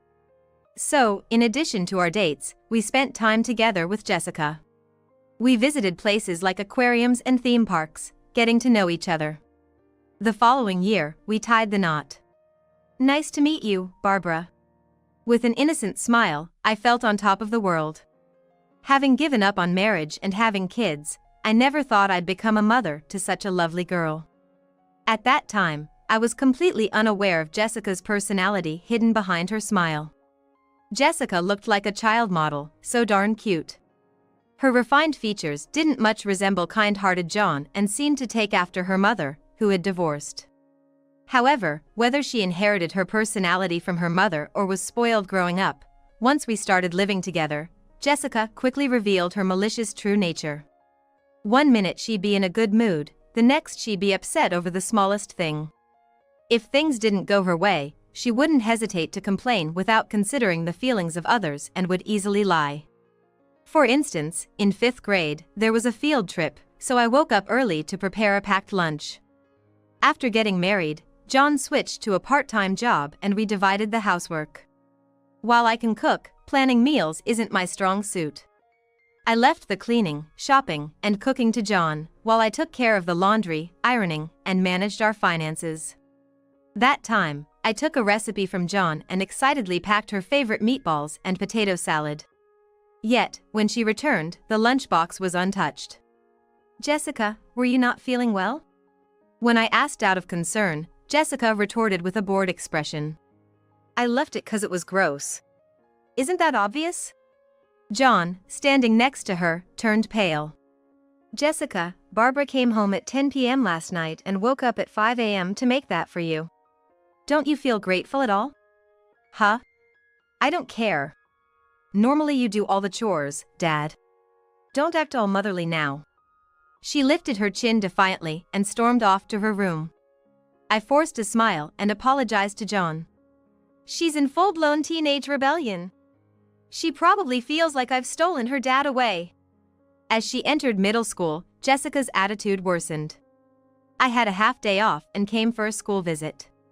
Jessica, did you forget your handkerchief? I asked as class ended. She glared at me with fierce eyes and snatched the handkerchief from my hands. That's Jessica's mom? You two don't look much alike. To her friend's comment, Jessica grimaced. That old lady isn't my mother. My real mom is way prettier, she said and continued. Right, Jessica's family had a stepmom situation. My dad got charmed by his older boss. Pretending to be my mom is super annoying. Hey, that's a bit much. Poor your mom. Her friends laughed as Jessica quickly left the scene. But that wasn't the end. When she got home, she lashed out at me. Why did you come? It's so embarrassing. Stop it. I'm sorry. I had the day off and wanted to see you study hard in class. I hate being mistaken for having you as my mother. Realize how pathetic you look. Her words pathetic left me in shock. Sure, I'm in my 50s and have average looks. Compared to some beautiful moms out there, I might not measure up. But to have someone say that to me? Even after that, when I got home from work, I tried listening to Jessica's favorite pop songs, watched cartoons, and made an effort to find common topics to talk about. At dinner, I'd bring up those topics, but instead of getting closer to Jessica, I felt the distance between us growing. John sensed the tension between us, even without me mentioning it, and he was concerned. She probably talks about you behind your back when I'm not around, huh? I'm really sorry. It's okay. I guess it's the same in every family. I said that to put John at ease. According to my friends with kids, these rebellious phases usually calm down once they hit high school. I kept telling myself to just endure this for a few more years. Whether Jessica would shout hurtful words, throw away the food I made right in front of me, or even throw and break her favorite plate against the wall, I held back my emotions and just endured it. After Jessica started high school, her terrible attitude towards me faded as if she had been telling me lies. She still wasn't very affectionate, but at least she'd respond when spoken to, and the hurtful outbursts nearly stopped. But then, strange things began happening.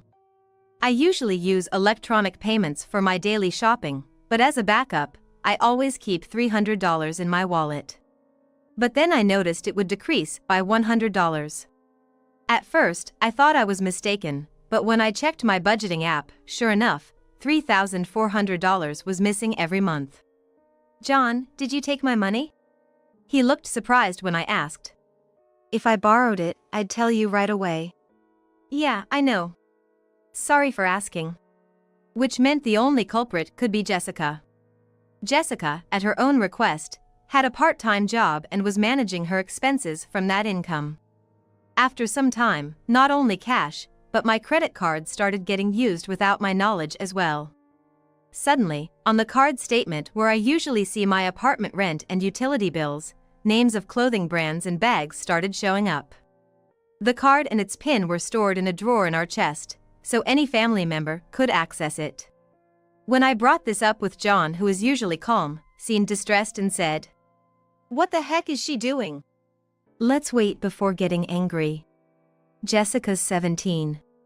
I want her to come clean on her own." "If you say so, Barbara, maybe we should wait and see a bit longer." John reluctantly agreed with a glum face. After graduating from college, Jessica quit her job after just one day and spent her time at home, working part-time 3 days a week. Does she think I haven't noticed? The money in my wallet keeps decreasing, and the credit card statements just keep piling up. It's not just about the money, I had other things on my mind. Despite having the most free time in the family, Jessica doesn't do any household chores at all. Being away frequently on business trips and working full-time, I tend to rely on John, who works shorter hours. Still, while he handles the laundry, ironing, and other minor tasks, Jessica, who works only 3 days a week, won't even wash her used coffee mug, loathes going shopping even when asked, and spends her weekends playing video games or going out and enjoying herself. One day, as I was thinking of saying something, Jessica hesitantly broached a topic during dinner. "I have someone I want to introduce you to," she said. Neither John nor I saw this coming. When we met Charles, who came over to say hello, he was a refreshing, polite, and well-mannered young man. In our living room, sitting upright, Charles, clearly nervous, began to share how he met Jessica. "I first saw Jessica at the reception desk of the hospital. She gave me such a warm smile when I was feeling so weak from a fever." It seemed like Charles was head over heels for Jessica. "She was kind to all the patients, and she looked so radiant." Jessica's part-time job is at a hospital located in an affluent neighborhood. Most patients are wealthy, so it's quite evident she's working there looking for a potential match. She once mentioned she preferred part-time over full-time because she didn't want to commute daily. Charles's family owns a business, and he's apparently a manager at his parents' company. Having caught the eye of a wealthy heir just 6 months into working, everything seems to be going according to Jessica's plan. "We've already set a date for the wedding," Jessica said excitedly. "Where are we having it?" I asked. "In front of the train station, at the Étoile du Soir," she replied. "I've booked the grand hall since we're inviting about 60 people, mostly Charles's colleagues. The invitations have already been sent out. Keep the first Sunday in 3 months open, okay?" "Got it. I'm looking forward to it." John gave a shy smile while Jessica exchanged glances with Charles, who gave a subtle smile. I felt a warmth in my chest. Jessica is not my own child, and we had our differences, but seeing family happy is always welcome. I headed to the kitchen with a spring in my step and prepared a refill of tea. Jessica soon joined. Attending a wedding? I've been to a few of my friends, but never imagined I'd attend as a mother, I said, lost in thought. Jessica burst into laughter. What are you thinking? You're not my real mother. Why would I invite you to my wedding? She said, a smirk on her face. I was stunned. Jessica tried to explain. Seriously? You're just the housekeeper and our ATM. My real mom is the only mom for me. My previous joy faded instantly. So, you're inviting your biological mom? I inferred. Of course, she's my mom. Just make sure you don't show up with that ugly face of yours. It'd be embarrassing. Got it? Grinning, Jessica tried to brush it off, and I held back my rising anger, responding in a low voice. She probably felt better having gotten that off her chest. Humming a tune, Jessica returned to the living room. As I arranged the pastries I'd prepared for today on a tray, I felt emptiness inside. All the hurtful words Jessica had said to me came flooding back in my mind. For over 10 years, I'd tried to get closer to Jessica, crying in private and doing my best to raise her. Yet, this was her gratitude. Fine, if that's how you feel, I won't hold back anymore. Be prepared for your wedding day. Finally, Jessica's wedding day arrived. John and I, without making any special effort, headed to the venue in our everyday clothes. In the waiting room, Jessica and a woman in a black dress were already there, chatting joyfully. Jessica's face contorted in displeasure when she saw me. Didn't I tell you it'd be embarrassing if you showed up? John's face turned pale, and as he tried to confront Jessica, I held him back with my hand.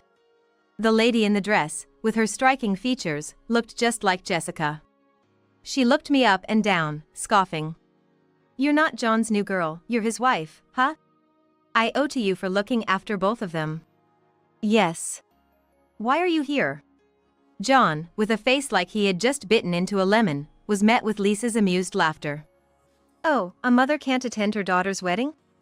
Kicking Barbara out is crazy. She's the one who's raised Jessica for over 10 years. Then, Jessica glared at me resentfully.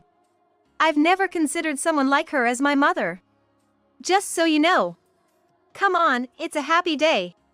Let's keep the peace. Lisa chimed in, laughing casually. The guests will be here soon. Yeah, sure. But because of her, my mood's ruined. Just think of her as someone to make us look good. I was beyond angry and ended up being dumbfounded by the audacity of Jessica and Lisa. Like mother, like daughter. Whatever. They can enjoy their moment now. As John and I were about to leave the room, Jessica said in a sweet voice. Dad, it's okay. Stay here. John gently pushed me on my back and silently stepped out into the hallway, closing the door behind him. Let's wait in the lobby until it's time. Sounds good. About 30 minutes must have passed.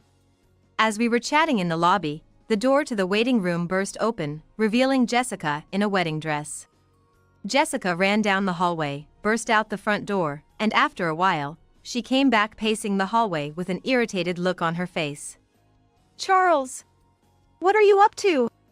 The ceremony's gonna start soon. She ruffled her neatly styled hair and raised her voice. He still hasn't responded. Charles has never been late before.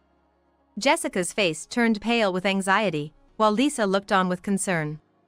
Nearby, the confused staff watched the scene unfold. Even as the time for the wedding ceremony passed, neither the groom nor the guests appeared. Even the suited-up hosts and cameramen began to gather and murmur in the hallway. With a somber expression, Jessica apologized to the staff. I'm sorry, I can't reach my relatives. Even my friend who I asked to man the reception isn't here. What on earth is happening? Well, you didn't invite outsiders to the wedding, did you? Jessica quickly turned to face me. That's why I told everyone. You said you didn't want to invite strangers. After a few seconds of silence, Lisa rushed to me, yelling, You did this! How dare you ruin my precious daughter's wedding day? Lisa. John grabbed Lisa's arm as she tried to grab me. Let go! It's Jessica's fault. After getting taken care of for over 10 years, she pulls something like this. Dad got married on his own, right? I didn't ask for it. You're the one who pushed for the marriage, weren't you? John frowned, looking incredulous. You know, right? You getting into those college prep courses and private universities was thanks to Barbara.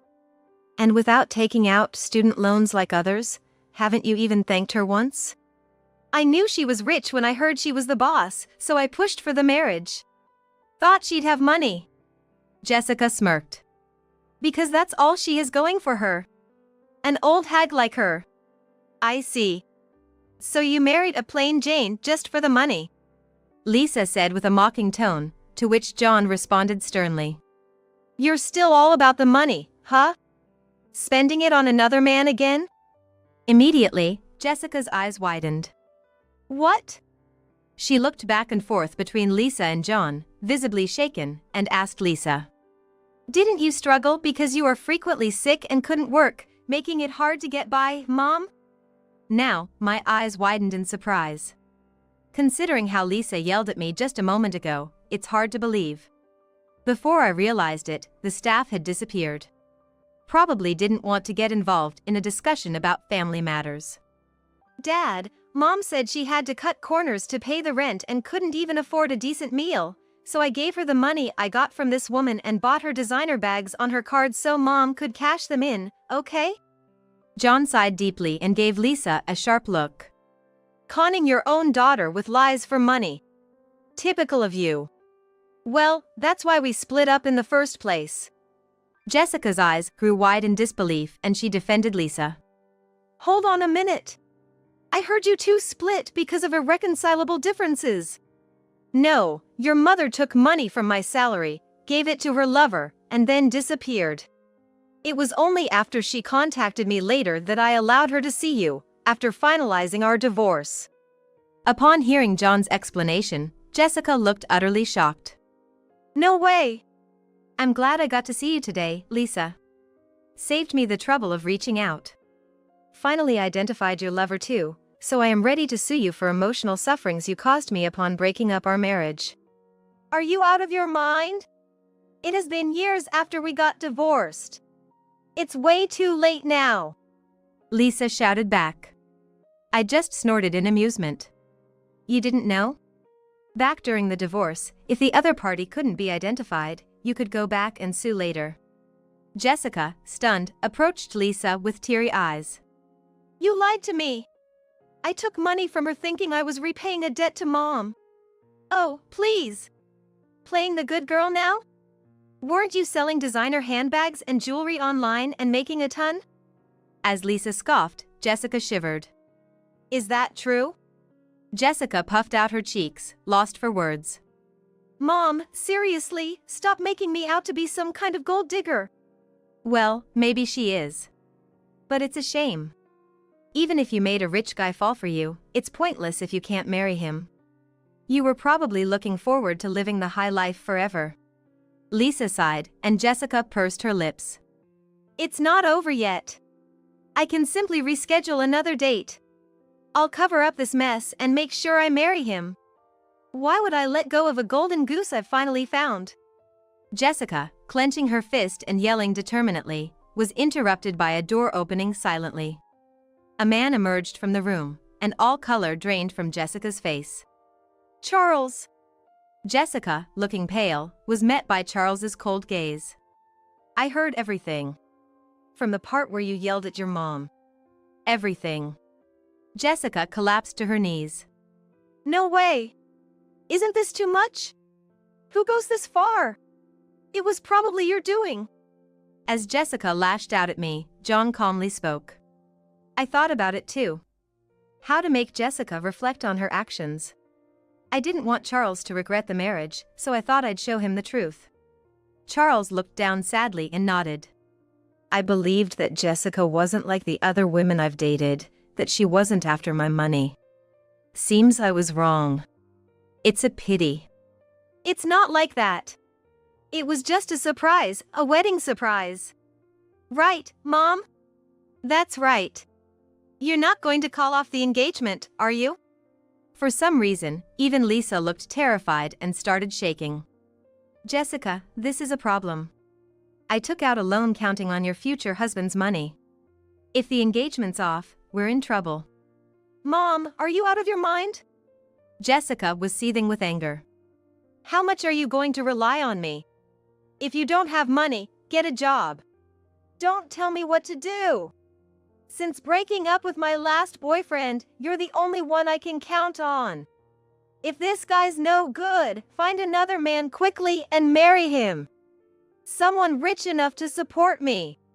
I don't care about your life. I'm getting married for myself. Charles, you love me, don't you? You're gonna marry me, right? As Jessica approached with bloodshot eyes, Charles stepped back, grimacing. Sorry, let's call it off.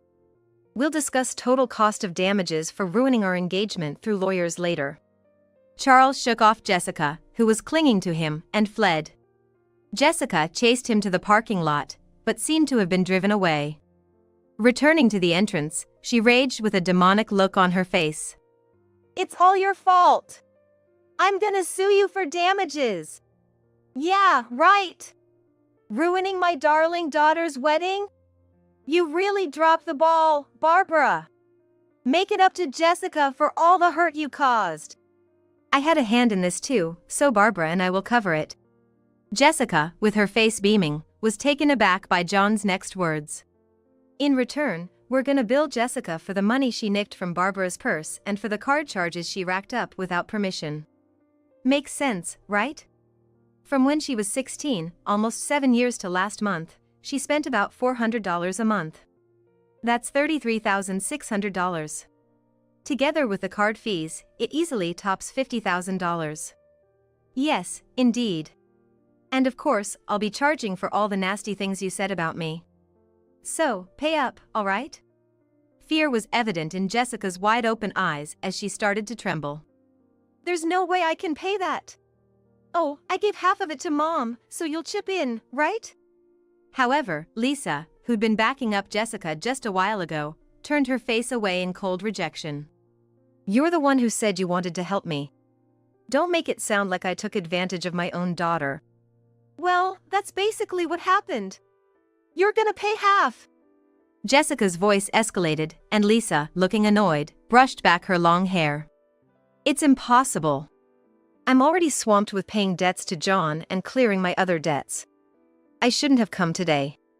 I've already called a lawyer, so running away won't help you now. Lisa, spotting the man in a suit behind us, grimaced despite her beautiful face. I was utterly shocked by Lisa, who seemed recklessly negligent and showed no apparent love for her daughter. Jessica, being raised by a mother like that, might also be a victim. John hired a private investigator and, after several years, found out that Lisa's lover was a bartender at a club she frequented. When John demanded the money for his emotional sufferings they caused from the bartender and Lisa, the bartender immediately paid in full. However, Lisa, unsurprisingly, tried to dodge responsibility, having then no savings. After being told by a lawyer that going to court would be more costly, Lisa finally agreed to make payments in installments. Of course, not trusting her, they also made an arrangement to freeze her bank account if she missed a payment. On top of the debts to John, Lisa had to cover the wedding cancellation fees with Jessica. Lisa apparently had to work for the first time in decades. She's probably working from early morning till late at night. When John saw her on the street, she reportedly looked like a shadow of her former self. Jessica also had to pay Charles for the broken engagement, the last-minute cancellation fees for the venue, and the money she took from Barbara's purse and unauthorized card charges. In total, they had a debt of nearly $100,000. After paying a small portion from her savings, the remainder, like Lisa, would be paid in installments. I've heard Jessica took on multiple part-time jobs in addition to her receptionist position at the hospital, working both weekdays and weekends. To save on rent, she began living with Lisa in a rundown apartment, but since the wedding, their relationship soured, and they've been constantly at odds. As for me, without any unauthorized card use or money taken from my purse, and without the pressure to be friendly with Jessica, I felt a weight lifted off my shoulders. The wedding was cancelled, and after apologizing to the staff, I went home. Later, I received an apology from John. I'm truly sorry for the trouble Lisa and Jessica have caused. It's my responsibility for choosing a wife like that and not raising my daughter properly. It's okay now. It's a good thing you found out about Lisa's affair partner. I smiled at John, who looked genuinely remorseful and apologized deeply. John is indeed a softie and, to be honest, I felt he spoiled Jessica too much. But parenting isn't a one-person job. Jessica turning out so spoiled is partly my fault too, since I was always tiptoeing around her. By the way, I have some big news. I told John with a pounding heart. What? Actually, I'm pregnant. John was in shock. I've had it confirmed at the clinic. It's a bit of a late pregnancy. Is it okay if we keep it? Of course. I'm so happy. John's broad smile and warm hug immediately eased my worries. I was afraid he'd only care about his own child, so we decided to wait until Jessica was an adult before trying for a baby. I'd almost given up hope, but miraculously, it happened. I'm looking forward to cherishing and raising our first child.